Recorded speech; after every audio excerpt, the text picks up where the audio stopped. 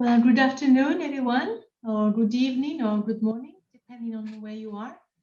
A very warm welcome to Campion Hall in Oxford for the fifth of the Father Martin Darcy Memorial Lectures 2021. The Darcy Lectures are offered in collaboration with Georgetown University Press. And as you know, this year's lectures are on the subject of the common good, theological, philosophical, and political aspects.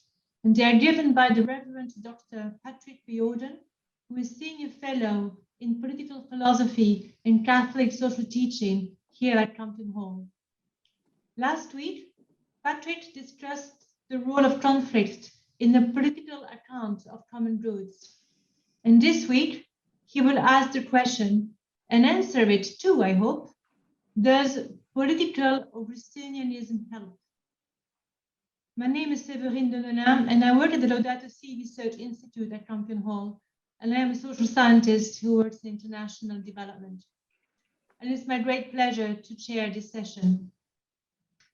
So there'll be time towards the end of the hour for questions and answers. So please write them in the Q&A section on the chat box of the Zoom platform. So over to you, Patrick. Thank you indeed, Séverine. There are heated arguments among US American Catholics about what their faith obliges them to do as citizens and as politicians. President Biden, the second Catholic to be elected President of the United States of America, is target of criticism by some for failure to represent the Church's stance on issues such as abortion and same-sex marriage. The Emeritus Archbishop of Philadelphia, Reverend Charles J. Chaput, OFM Cap, has been public in his criticism on these lines. Much of the literature that provokes these Darcy lectures appears to pose a radical choice.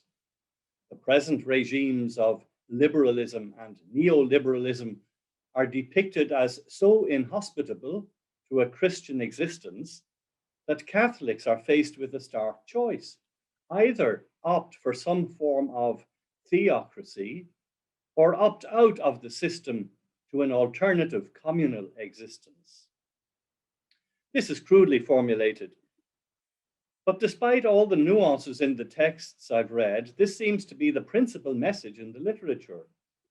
The opt-out pathway has been given the name of the Benedict option and has a book with that title, authored by Rob Dreher in 2017. The idea was originally suggested by Alistair MacIntyre, who ended his book After Virtue with the wish for a new Saint Benedict, who would lead in the construction of local forms of community within which civility and the intellectual and moral life can be sustained through the dark ages which are already upon us. Patrick Deneulin, despairing of the liberal establishment, also recommends the Benedict option. For long, this has been a temptation for religious people who seek to establish their preferred form of communal life away from the messy, sinful, and broken situations that are the products of our histories.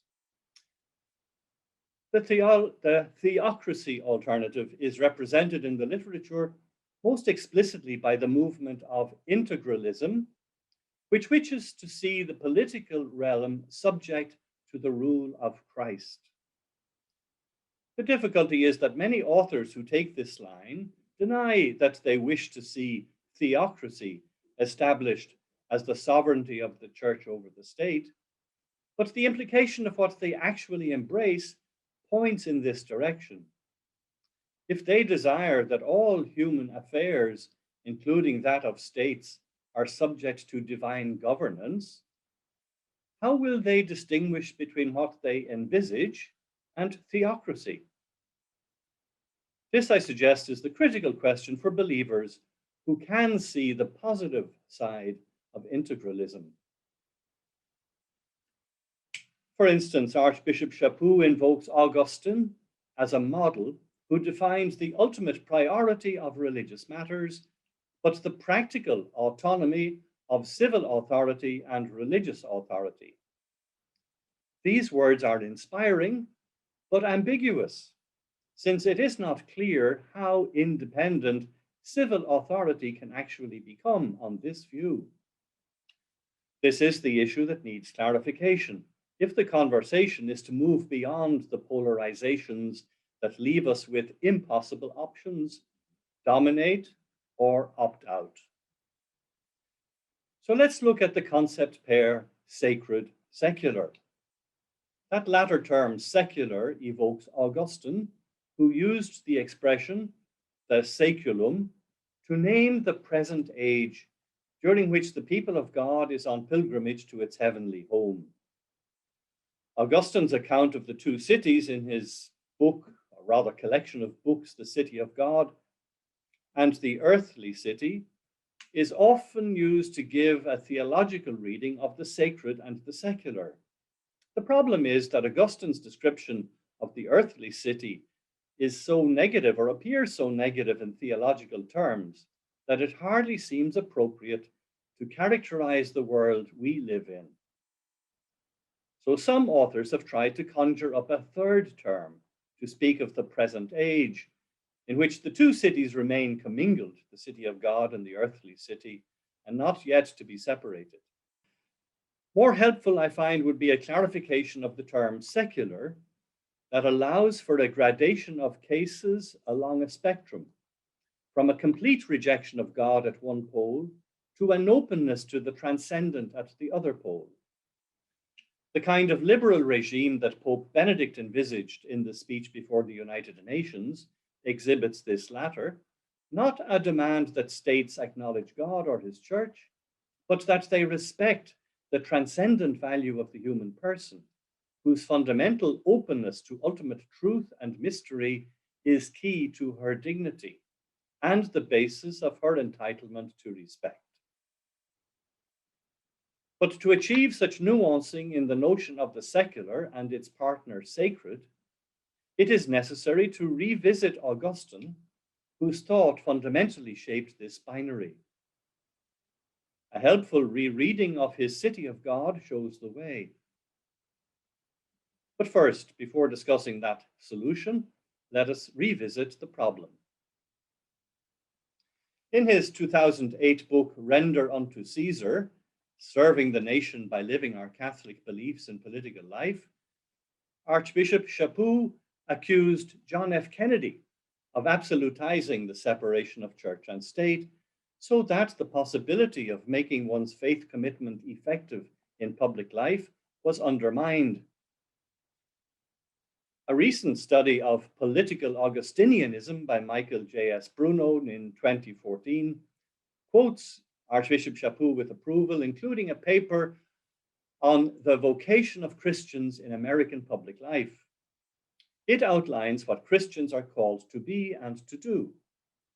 What Augustine believes about Christian leaders, we can reasonably extend to the vocation of all Christian citizens, according to Archbishop Chaput.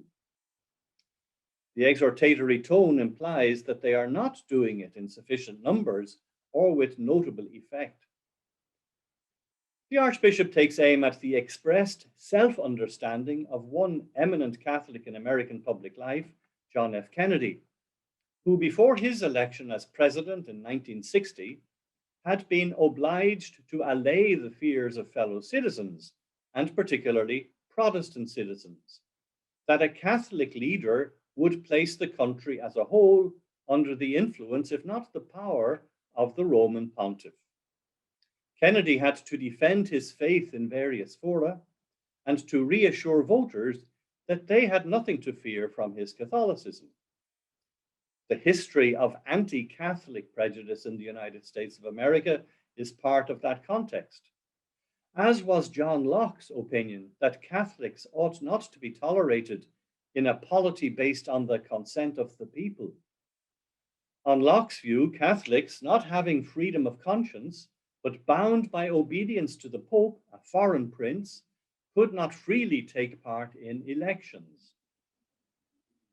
Kennedy had given a speech to the Greater Houston Ministerial Association as part of his campaign. In that address, Kennedy underlined his commitment to the First Amendment principle of separation of church and state.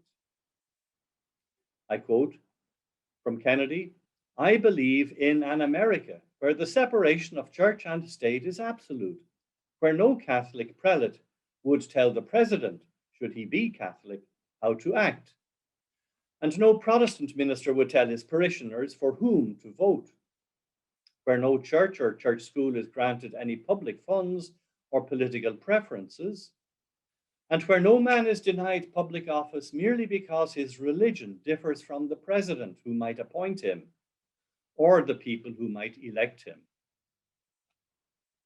Archbishop Chaput is critical of this statement for absolutizing the separation of church and state. Chaput invokes Augustine in criticizing Kennedy for his neglect of essential elements of any Christian's involvement in public life. The Christian is obliged to focus on the eternal ends of human life and to acknowledge that temporal goods, including those of political authority, are to be subordinated to the ultimate ends. The Christian's conscience needs to be formed in relation to her eternal fulfillment and to act virtuously towards that end. Kennedy is criticized for failing to highlight these significant elements of the Christian's vocation in public life, and is faulted for fostering the very separation that minimizes the influence of religion on politics. So can Augustine help us to deal with the question of how to remain a faithful Christian in a world that accepts the separation of church and state? Many Christians turn to Augustine, of course, to find guidance. In his writings, they find a theological perspective that reinforces their condemnatory stance over against secular modernity, the excesses of neoliberalism, and the failures of liberalism to deliver on its promises. And so the question is posed for me: does Augustine challenge my position, adapted from Aristotle via Aquinas and presented in earlier lectures? The question of the relation of religion and rule is an old one. Augustine in the City of God in Book 4, Chapter 4, identified the problem and gave it its classical formulation. He narrated the story of the pirate who had been arrested by Alexander's forces and brought before the emperor. Challenged to explain what he was up to by engaging in piracy on the waters of the Eastern Mediterranean, which Alexander dominated, the pirate answered that he was doing nothing different from what the emperor himself was doing. The only difference was one of scale.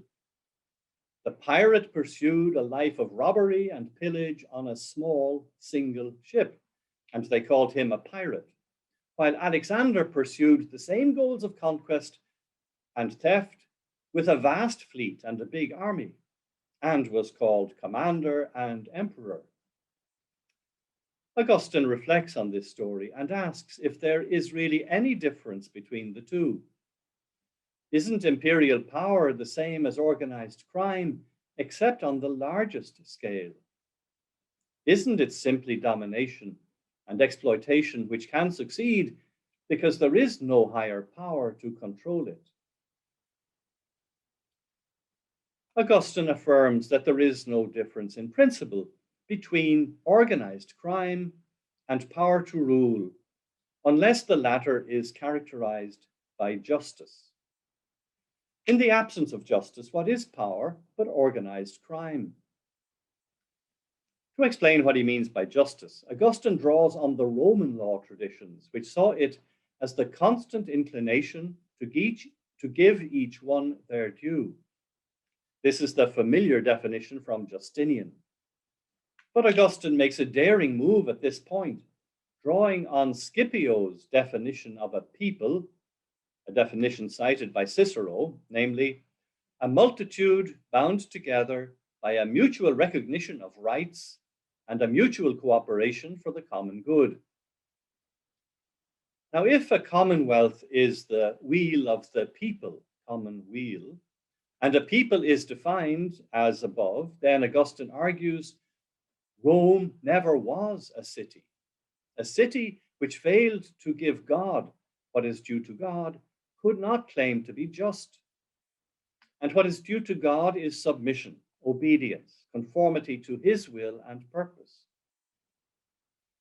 What is due to God alongside obedience to his will is worship, shown in the offering of sacrifices and prayers of praise and petition. A political power which saw itself as sovereign, that is, as the highest authority, without the need to submit to the authority of God, could not be just, since failing to give each his due, and so would be no different from organized crime. We must acknowledge the relevance of Augustine's answer for our contemporary situation. How can a modern secular state deserve respect and obedience if its claim to these is solely based on its ability to coerce its subjects with the threat of punishment? And if its claim to obedience is based on its success in delivering benefits to its people, how far can such authority extend? As Alistair MacIntyre puts it, how can a modern state which claims for itself no other grounding than the provision of services and security ask people to make sacrifices and even die on its behalf? It is like being asked to die for the telephone company. William Kavanagh strengthened the point by asking how the state, so understood, could ask people to kill on its behalf. Let me repeat the dilemma. I do not want to take the simple implication of the story so far that the state, to deserve respect, must give God worship and service and implement his will. I acknowledge the force of the argument, but at the same time, I don't want to be a citizen of a republic or a subject of a monarch which forcefully imposes a religious discipline on me or on my society. We had that in Ireland in the 18th century. I see the value of liberal democracy and the self-restricting principles of constitutionalism, and I want to uphold these. The challenge is to articulate an understanding of my position which is respectful of both poles, the theological and religious, as well as the political. Since there are appropriate ways of speaking about both religion and politics, the question is how the two can be integrated in one single perspective. There can be no solution in denying the validity of one or the other. Both religion and politics must be respected. The familiar poles of theocracy and civil religion have in common the tendency to subject one dimension completely to the other. Theocracy makes the political subordinate to the religious, such that lawmaking and social policy are driven primarily by the requirements of the revealed will of God. Civil religion, on the other hand, recognizes the important social contribution of religion in fostering social cohesion and inculcating civil virtues, and so harnesses the religious dimension to serve the interests of the political. Neither pole can be acceptable if we wish to retain respect for the validity of each dimension. There has been extensive discussion of Augustine, both how to interpret him and how to apply his analysis to our modern political situation. Negotiating my way through these largely theological discussions with a philosophical interest, I have found the writings of Brian T. Traynor very helpful. He published a number of articles in the Heathrop Journal in 2010 and 2015. That sadly, the latter posthumously, he died of cancer in 2013. In these articles, he argues for a rereading of Augustine. As noted, Augustine had set a very high standard with his remark about justice and the importance of rendering to God what is due to God. But Augustine was unhappy to end his reflections at this point, since he could not completely accept their implications. He did not shy away from facing them, however. He faced the conclusion that if Cicero's definition be accepted, that the city or political entity consists of a multitude of reasonable beings united in the agreement on what is required by justice and the common good, then the Roman Republic and the Roman Empire never was such a political entity. The reason being, as remarked, that Rome never gave to God the submission due to him, but worshipped idols, and conducted its public life in violent conquest and conflict, contrary to God's command. As a former teacher of rhetoric in the Roman world, Augustine appreciated how shocking such a conclusion must be. He offered a way out by proposing to apply another definition, also rooted in Roman literature, which would allow him to make his critical case, while at the same time preserving something of the respectability of Rome.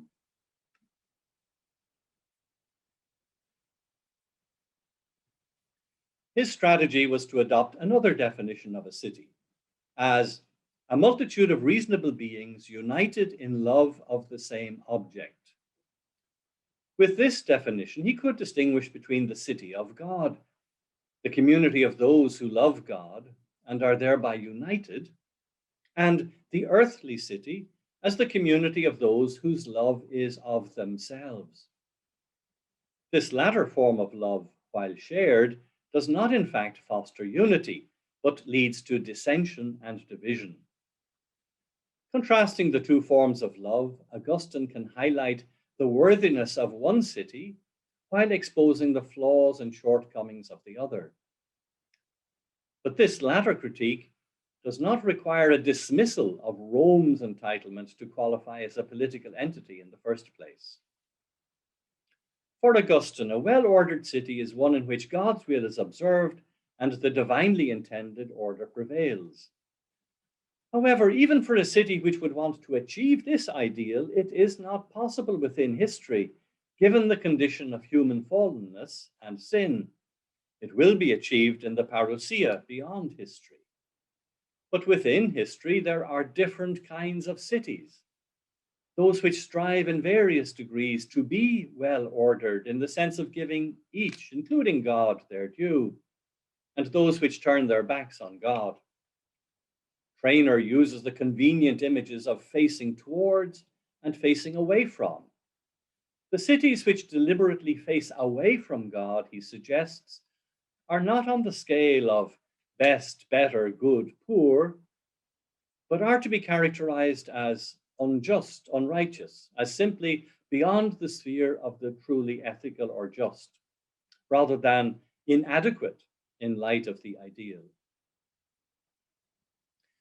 The issue is that if we hold on to the first definition of a political community in terms of justice in the full sense, we still have to account for the phenomena of evidently unjust cities, but that continue to exist as societies and to function in maintaining some kind of order. How do they do it? Like Girard's question raised in last week's lecture, we ask, we should expect disorder. Why is there so much order? A society that functions in some sense means that believers can appreciate the measure of peace which is secured by that society, a peace in which individuals and households can pursue their life of faith. On Trainer's reading of Augustine, it is helpful to make explicit two sub-distinctions implicit in the argument of the city of God, following the basic distinction between the two cities, the city of God and the earthly city. So looking at the city of God, there is a distinction between the city of God as it is in itself, and then as it is in the form of church, empirically within history. The second is a distinction between the earthly city as God-oriented, as receptive and open to God, and the earthly city as God-denying, opposed to the true God and his city. This allows him to argue that the true earthly city is the heavenly directed one, and so the only one which can be considered just and in accord with the will of God. So if we adopt that complexity, we are not dealing simply with a two-term pair of sacred and secular. The secular for Augustine is not a univocal category, but comprises a range of stances which may be distinguished between those that are facing towards God and those that are facing away from him.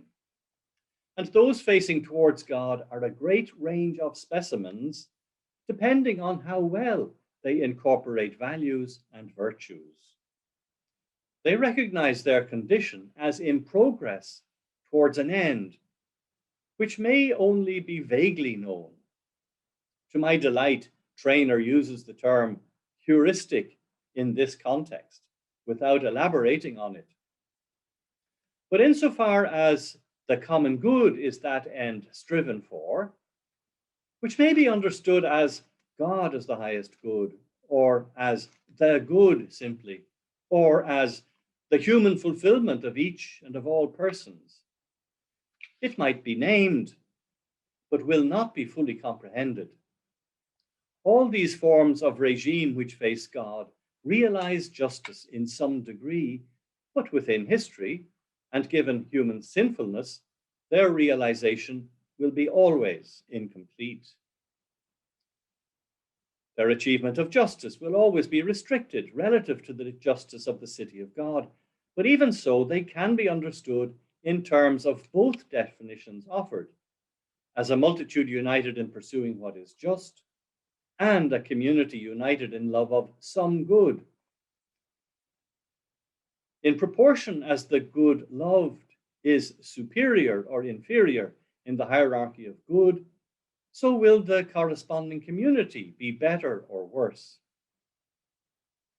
It may seem strange to refer to such a good city as secular, since it appears to incorporate many religious elements, perhaps even the recognition of God as ultimate source of good.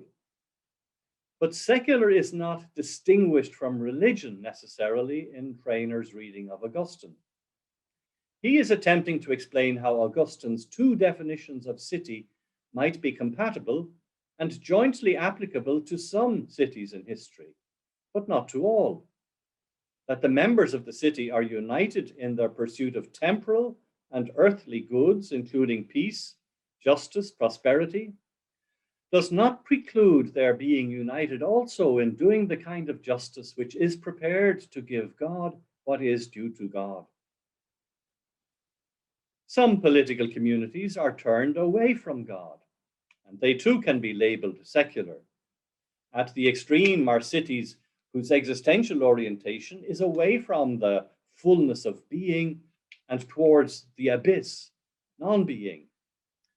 The good they pursue, perhaps it is power, perhaps it is domination over others, accumulation of wealth, without regard for the needs of others, occupies the position of highest good for them, and so is equivalent to a false God. For such cities, their injustice is absolute, in contrast to the relative justice of other secular cities facing the other way. Note, this is an analytic device. It's not an empirical measure. It remains a question whether any such city could possibly exist, namely one in which there is no redeeming good present, in which the natural virtues of prudence, justice, fortitude, and temperance are completely absent. Doubtless there are and have been in history regimes in which the whole political and legal order is based on crime. The regimes responsible for the Holocaust, the Gulag, genocide, and the killing fields of Cambodia come to mind as possible candidates. Many of Augustine's commentators have wanted to read him as generalizing this form of the secular as applicable to all political communities in history. Hence, they have seen in him an anticipation of the stance of Thomas Hobbes. In their cases, the label secular is to be understood Trainer notes, as meaning only secular or secular against the sacred or intrinsically secular. But he maintains that this reduction is false to Augustine's texts and his understanding of the city in history. He summarizes his point in the slogan, "Sacred reign, secular rule." Where the political authorities know themselves to be subordinate to higher standards that they do not set themselves, then they acknowledge limitations to their sovereignty. These standards are operative in citizens' expectations that their governments and legislatures will make and apply laws and edicts that deliver justice, respect human rights, serve the common good. The exercise of rule in the presence of higher claims does not mean the enactment of revealed prescriptions from sacred scripture, but the exercise of political responsibility and practical reason in the consciousness of serving transcendent values. Trainer makes the point by contrasting his view of the Augustinian secular state with a theocratic state. Where the Augustinian regime is summarized as sacred reign, secular rule, the theocratic state is summarized as sacred reign, sacred rule. The possible inclusion of religiously sourced law in the law of the state would be decided in the latter solely by the secular authorities in an Augustinian earthly city, while in a theocratic state, the religious authorities would decide. It's not difficult to imagine examples. For instance, religiously motivated groups have campaigned for the recognition of conscientious objection to military service in the United Kingdom and in the United States of America. Legislators in these jurisdictions adopted the principle of religiously motivated conscientious objection, but they eventually expanded the category. Their reasoning was based on the respect for individuals' liberty and the desire that no one should be forced against her will to undertake what she held to be morally objectionable. This was very different from a possible incorporation in the civil law at the behest of religious authorities for religious reasons. We can find other examples, perhaps in the development of the principles and practices of punishment. The elimination of cruel and inhumane forms of punishment was argued for by religiously motivated groups. The Society of Friends, the Quakers, have always been interested in reforming the practice of punishment. Religious conceptions of reconciliation may have inspired the development of practices of restorative justice and contemporary explorations in transitional justice. But decisions by lawmakers to adopt forms of restorative justice and to ensure humane treatment of those being punished were made for reasons perfectly accessible to non-believers: justice, respect for human dignity, effectiveness. They were made by secular authorities and not by the religious authorities for religious reasons. Yet the human secular reasons for the changes in law were such that they were open to the higher, more ultimate reality of human dignity, justice, solidarity of humankind, and divine mercy. Linking with the third lecture, we can take the adoption of the language of the dignity of the human person by the United Nations in both the Universal Declaration of Human Rights and the subsequent conventions as exemplifying this point. There is a very similar vision of possible relationship between the sacred and the secular in the Vatican Council's Pastoral Constitution, when it speaks of the church and the political community as possible partners in service of the same human persons, but offering different but complementary service. Trainer's rereading of Augustine is challenging, requiring us to move away from a simplistic conception of the secular as an arena opposed to the sacred. We are asked to consider the term as varied in meaning, applying analogy. This new look at Augustine suggests that a more complex comprehension is needed to understand our position, our dual position as believers and citizens. Being believer and citizen requires holding a view which then encompasses four perspectives. There is the city of God in its completion in heaven. There is the community of believers on pilgrimage through history. There is the secular domain as oriented to and open to the sacred. And there is the secular domain when it is opposed to and turned away from the sacred. This more complex model requires a broader vision.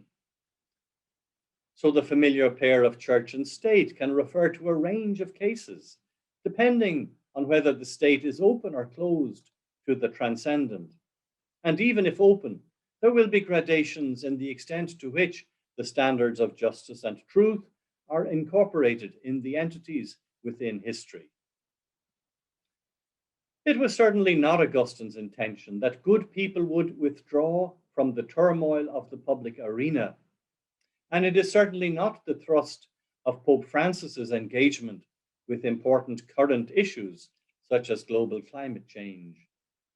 The model of sacred reign, secular rule, advocated by Brian Traynor, is a valuable resource for religious believers who are called to serve their communities in public life, whether as citizens or as officials. It gives us the possibility of embracing our secular roles without a burden of guilt for failing to be faithful enough. Traynor writes as a theologian in presenting his interpretation of Augustine on the secular. But could his distinction between the two forms of secularism be accessible from within the secular domain when reformulated in secular terms? I suggest that we find a parallel distinction between liberal and illiberal secularism operative in secular debates about the secular. This distinction relies on the linked value of liberalism. So liberal secularism is tolerant of a wide range of possibilities for individuals and groups to exercise their liberty and is compatible with a pluralist society. Illiberal secularism, by contrast, espouses a worldview and is intolerant of worldviews at odds with itself. Illiberal secularism is typically anti-religious. The renowned British sociologist of religion, Linda Woodhead, comments on how an imperialistic secularism leads to distortion in the academic discourse when illiberal secularism is allowed to set the focus of discussion and the terms of the debate. Whenever the problems are so formulated that it appears as if religion were the main threat to liberalism, then the religious perspective is placed on the defensive, needing to justify itself, but allowed to do so only in terms permitted by the secularist. Woodhead defends the compatibility of religion with liberalism and sees anti-religious secularism as illiberal. So her principal target is the idea that secular liberalism is to be identified with liberalism. And she challenges two key elements of secular liberalism, namely the agenda to keep religion out of politics and to achieve a strict separation between state and religion, confining religion to a purely private sphere.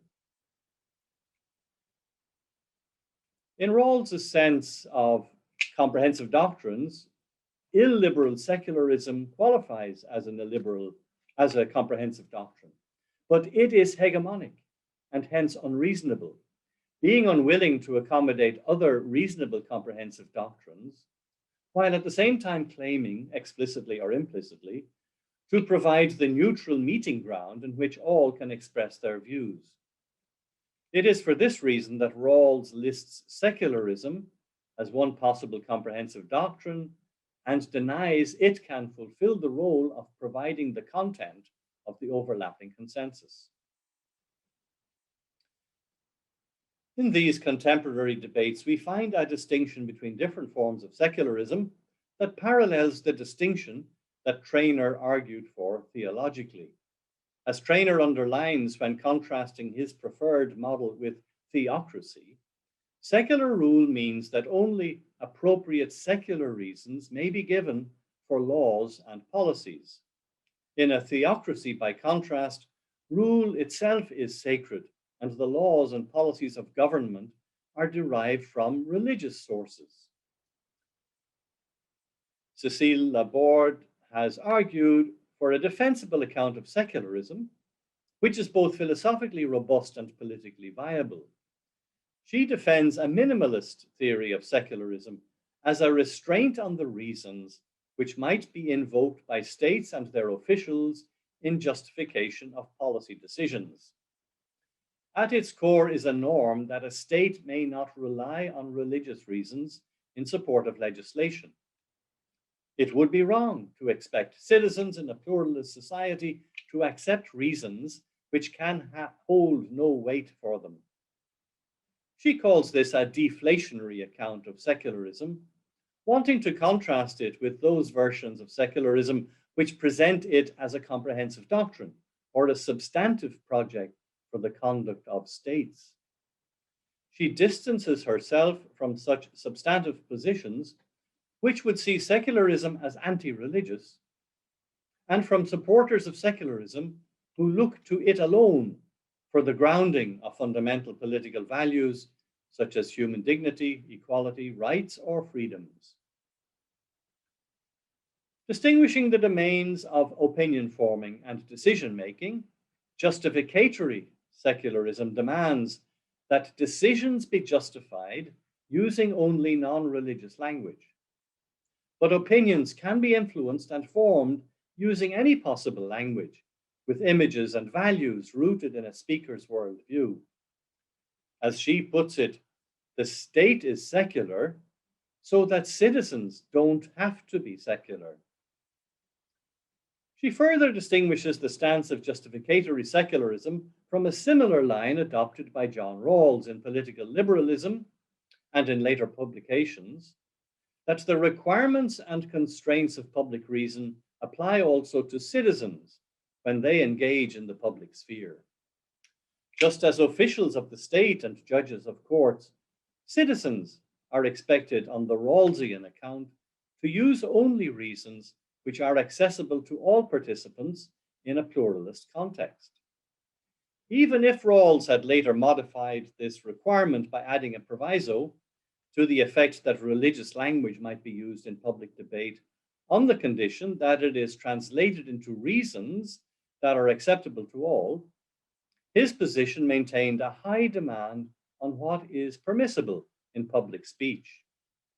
Laborde finds this excessive, arguing that while the state is required to be secular in its justification of its policies, there is no reason to demand the same stance from citizens. In this, she joins other critics of Rawlsian liberalism who see it as making too many concessions to secularism in its illiberal form. Justificatory secularism is of value and of interest to citizens of religious conviction because it both protects them from having imposed on them religious perspectives alien to their own convictions and provides them with the guaranteed freedoms of conscience and speech, which will enable them to take part in public life and debate on the same terms as all other citizens. This is an account of the secular which can be defended against many religiously motivated critics. It avoids the objection that secularism, in some of its forms, can function just like a religion in the sense of providing fundamental convictions and values for its adherents. It would be as wrong to impose such a worldview on citizens of a state as it would be to impose a religious worldview. Equally, it would be wrong to demand of all religiously motivated citizens to refrain from the expression of religiously formulated opinions in public debate. Those secularists who do so want the liberal state to abandon one of the key pillars of a liberal state in a pluralist society, the freedom of speech. An anti-religious secularism jeopardizes liberalism because it distracts from the real threats to freedom, as exemplified in the totalitarianisms of the 20th century. The question is not about the place of religion in a secular pluralist society then, but instead how a liberal society can deal with illiberalism in its various forms, whether religious intolerance, illiberal secularism, or anti-democratic ideologies. And I come to my conclusion briefly. Our topic is the common good. Were we to ask Augustine, what is the common good? He would surely draw on his city of God and answer that God's glory is the only true common good. It is love of God and the desire to serve God and to do God's will that unites the citizens of the city of God. They enjoy concordia, concord, unity of hearts, since each one loves the same ultimate good, who is God. They also enjoy true peace, since all sources of dissension are absent. If this fundamental analysis from Augustine were all we had to go on, the spontaneous answer to the question, what is the common good, can then only be the summum bonum, the ultimate good. Theological discourse, influenced principally by Augustine, falls into this trap. Trainer's work suggests a way in which Augustine can be interpreted so that the trap is sprung. His analysis can be accepted without having to accept the relegation of all political goods as somehow tainted. In next week's lecture, we will explore the question whether the Church nonetheless violates these criteria of separation and respect for secular rule in prescribing the purpose of the state. Is the Church paternalistic? Thank you for your attention. Over to you, Séverine. Thank you very much, Patrick, for your discussion on the relations between the civil, political, and religious authority, and whether Augustine can help us in answering the question on how to be a citizen and a believer in the context of church-state separation. So we now have some time for questions, so please post them in the Q&A. And I have one question here that is quite specific. It says, could you comment on how heavily Brian Trainer engages with Robert Marcus to formulate his theory on Augustine? Yes, good question. I think that's probably a little bit too specific. To specialize for our purpose. Just to say very briefly, Marcus tends to need to make, a third neutral space between the earthly city and the city of God. And what we see in the literature on the interpretation of Augustine, that third entity, that neutral space, is not consistent with Augustine. But nonetheless, we have to deal with the problem that Augustine himself is addressing. How is it that there are political entities like Rome that nonetheless have some measure of peace, some measure of justice? And to deal with that, Trainer is helping us to see we don't need a third term, but we do need to be nuanced in understanding the complexities on both sides, the city of God as the city of God in fulfillment, and the city of God as it is on pilgrimage, the earthly city as it is open to some good and to realizing the good, and the earthly city as abandonment of all openness to the transcendent and to God. So if we take on board those distinctions, then it is conceivable that we can do without that third term, that neutral space that Marcus seemed to need to advocate. Thank you. I have here one question, also specific but more practical, about President Biden. What are your thoughts on President Biden's approach as a Catholic and some of the comments made by some Catholics? The question doesn't specify. So maybe could you say a bit more, because you mentioned about Kennedy and here we have second Catholic president of the United States. how things have changed? I think it's a challenge that we'll find elsewhere in Augustine's writings as well. The challenge how to be faithful in the midst of a context that is imbued with evil and wrong. And Augustine faced the real difficulty that someone who was prepared to sit as a judge in a human court could not avoid getting mixed up in the doing of injustice, even because at that time the practice of torture was normal to test whether witnesses were telling the truth. And therefore harm was done to very innocent people for the sake of the truth. Cross-examination in a court today, even of very innocent witnesses, also of victims. Think of the situation of rape victims who are subjected to very intrusive questioning for the sake of achieving the good. That those who are involved in trying to do justice can be very involved in harming and hurting innocent people, not wanting to do so. So how do we cope with that? How do we live with that? Is it an issue and a tension for Christians who get involved in public life? Now, had Kennedy listened to the advice of Archbishop Chaput, had they been in dialogue with one another at the time, then Kennedy would have had to, following the Archbishop's advice, he would have had to take stances in public that would have precluded him from being elected.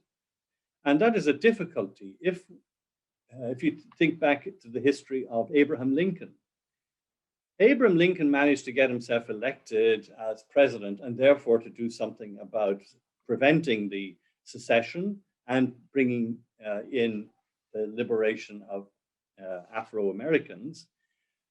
But he did it by being very economical with the truth. And it is a real difficulty that we face if we insist on being with clean hands all the time. We'll have to opt out of the public arena, out of doing politics, and we thereby will leave the field of political responsibility to those who have no conscience and no qualms about doing whatever it takes to get the job done that they want to get done, cost what it may. So I don't have any ready-made solutions. I don't have a rubber stamp that tells people when they may and may not become complicit in wrongdoing. There are sophisticated moral theological reflections that can be done, which is not our focus right now. I'm trying to find a way of expressing the acceptability of Catholics and Christians being faithful to their vocation, nonetheless being involved in public life, where they can focus on the goodness of the regimes that they serve to the extent that they can be understood as being open to the transcendent good. And I'll point out that this is what Pope Benedict was doing in addressing the United Nations. As I pointed out in that lecture, the third one, I think, he's quite aware of the criticisms that are to be made of the United Nations and its instruments. But he is offering himself and the church as a partner in collaboration to overcome those failings and weaknesses and to improve. And he's preferring to read the fundamental value at the heart of the United Nations, namely the respect for human rights, as revealing the transcendent value of human persons as the core value to be upheld. So focusing on what is good and building on that and expanding that rather than rejecting because of what is inadequate and evil and wrong. Thank you, Patrick. There's a question about Christian civic virtue. So does your account of the relation between the political and the religious, or between the sacred and the secular, preclude the possibility of the specifically religious motivation for civic engagement? In other words, is there such a thing as a Christian civic virtue, or just a civic virtue? No. So I'm obviously, I mentioned it when trying to last week talk about what are the common goods that will enable us to be political, to do politics, not to be constantly at one another's throats, as Girard's question had formulated it. And among those common goods that we have to foster are institutions that will allow the political handling of conflict, but then regulations and rules and so on that will be operated by those institutions, but most fundamentally persons of character, and that have the competencies and the civic virtues to enable them to operate in those institutions achieving the common good. So those virtues themselves, those characters and those persons are our common goods, in the sense that, remember, a common good is when people cooperate, they cooperate together for a good in common. So if we cooperate in inculcating civic virtue among our students in our schools or our universities, the persons that we are trying to form and develop and helping to encourage to grow as in their responsibility as citizens, as voters, they are our common good. Okay, so there is no intention here to polarize religious virtue or Christian virtues and civic virtues. On the contrary, and if I just might repeat the remark that I quoted from Cécile Laborde, who points out, we want to have people religiously motivated also and able to bring their religious vision to bear on how they engage in public life and how they express themselves and explain what they're on about. It's when the state itself is having to justify its policies, it must refrain from using religious justification, because that religious justification will not be accessible or acceptable to all of the citizens in a pluralist society. So I'm not wanting to polarize civic virtue and religious virtue. There's need for both. Thank you. Here's a question that is related. In a previous lecture, you talked about a heuristic conception of the common good.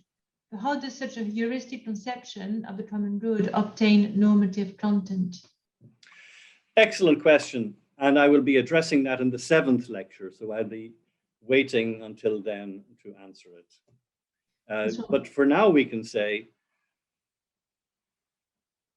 if you think of the 10 commandments, do not kill, do not commit adultery, do not bear false witness, do not steal, do not covet. So those are negative injunctions, and they all have to do with not harming goods. And the commitment to not harming the goods of persons, as mentioned there, is a precondition for there being any social collaborative existence. If I cannot trust my neighbor fundamentally, I cannot cooperate with him. So the negative injunctions reveal a form of normativity that is in relation to the goods that are at stake in our cooperation. But I will be expanding on that in the 7th lecture. Thank you very much, Patrick. And meanwhile, while waiting the 7th lecture in 2 weeks' time, we can all join you next week, where you'll ask another question about whether the church is paternalistic in determining and prescribing the common good. So thank you very much on behalf of Campion Hall and Georgetown University Press. And I look forward to seeing you all next Tuesday, same time, 5:30 UK time. Good. Okay, thank you very much, Patrick. Thank you very much, Séverine. Thank you. Good evening. Bye-bye to everyone.